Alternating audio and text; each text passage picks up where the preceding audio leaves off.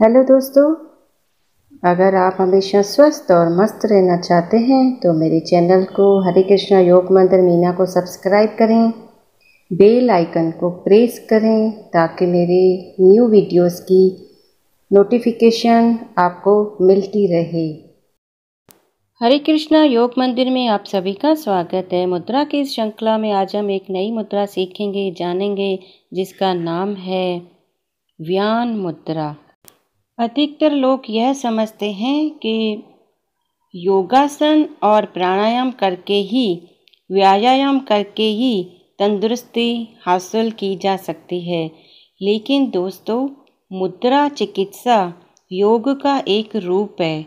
कई मुद्राएं भगवान बुद्ध ने बनाई हुई है।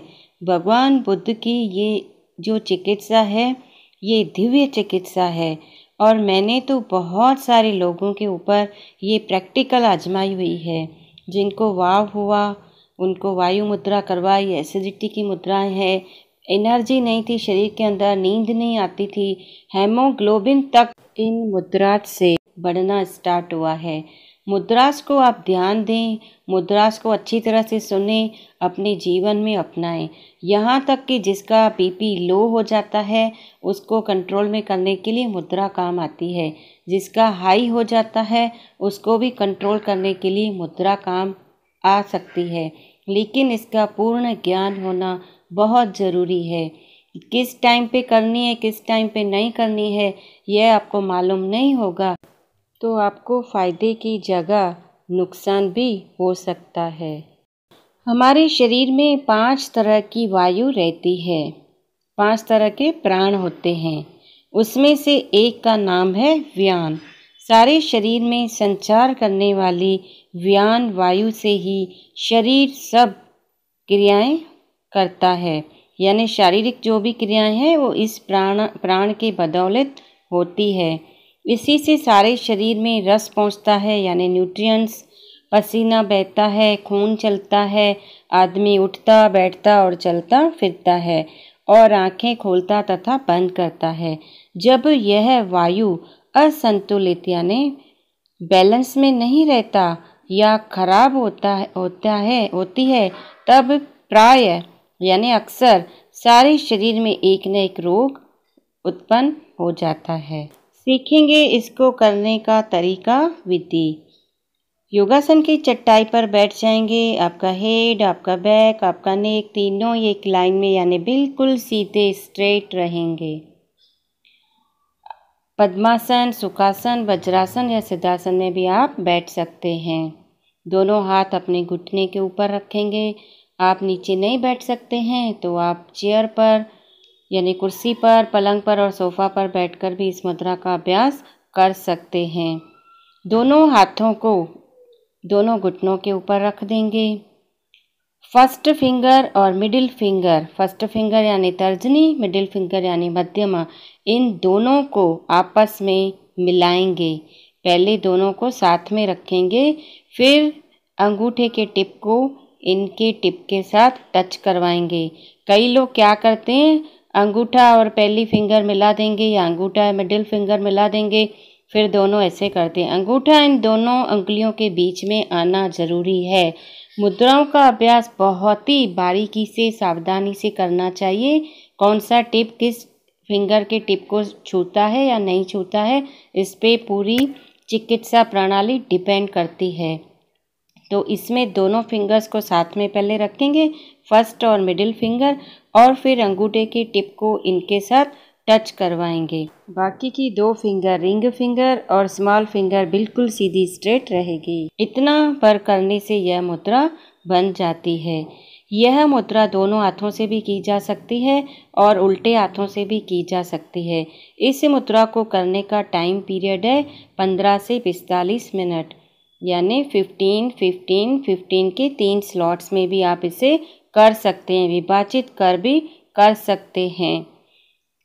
इस मुद्रा को जब भी करेंगे अपना पूरा ध्यान श्वासों की गति के ऊपर केंद्रित रहेगा और इस मुद्रा को कहीं भी किसी भी समय किया जा सकता है।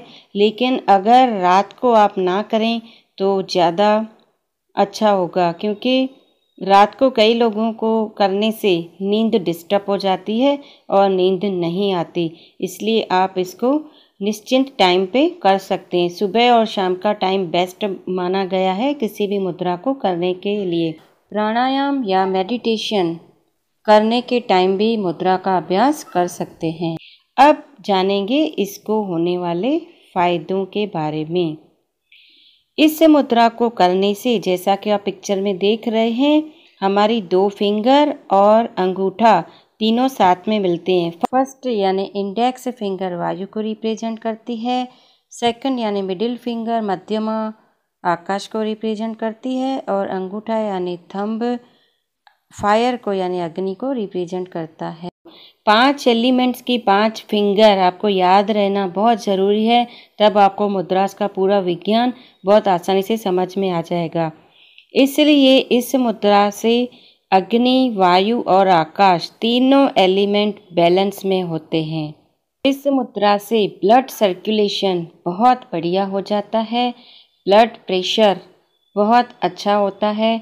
अगर हाई होता है तो उसको कंट्रोल करती है यह मुद्रा, और लो होता है तो भी उसको बैलेंस करती है। नर्वस सिस्टम इससे ठीक होता है। जो नर्वस सिस्टम है यानी नसों की जो वीकनेस है, उसको इस मुद्रा से ताकत मिलती है।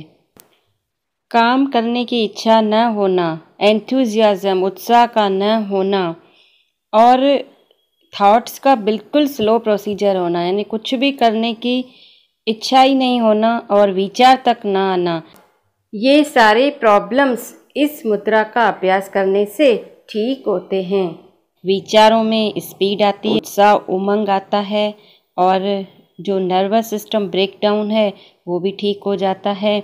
यह मुद्रा सुस्ती, लेजीनेस दूर करती है, ज़रूरत से ज़्यादा नींद ठीक करती है, गर्मी को सहने की शक्ति इस मुद्रा से मिलती है, सन स्ट्रोक भी इस मुद्रा से ठीक होता है, ज़्यादा पसीना आना, ज़्यादा प्यास लगना भी इससे ठीक होता है।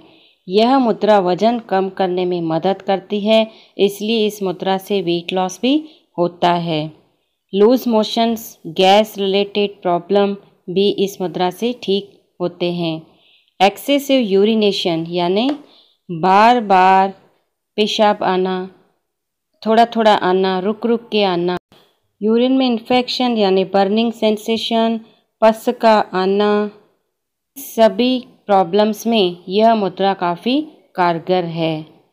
इस मुद्रा के अभ्यास से सेल्फ कॉन्फिडेंस भी डेवलप होता है, क्योंकि सारी दिमाग की जो वीकनेस है वह चली जाती है, ड्राउजीनेस चली जाती है, आपको उमंग उत्साह यह मुद्रा करने से मिलता है, इसलिए आप में सेल्फ कॉन्फिडेंस डेवलप हो जाता है। डायबिटीज़ भी इस मुद्रा के अभ्यास से ठीक हो सकती है, स्वप्न दोष भी ठीक हो सकता है। यह मुद्रा लेडीज़ प्रॉब्लम्स में भी काफ़ी कारगर है।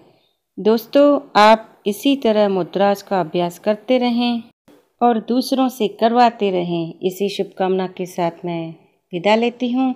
हमेशा स्वस्थ रहें, मस्त रहें, हंसते रहें, मुस्कुराते रहें, प्रेम से रहें। धन्यवाद।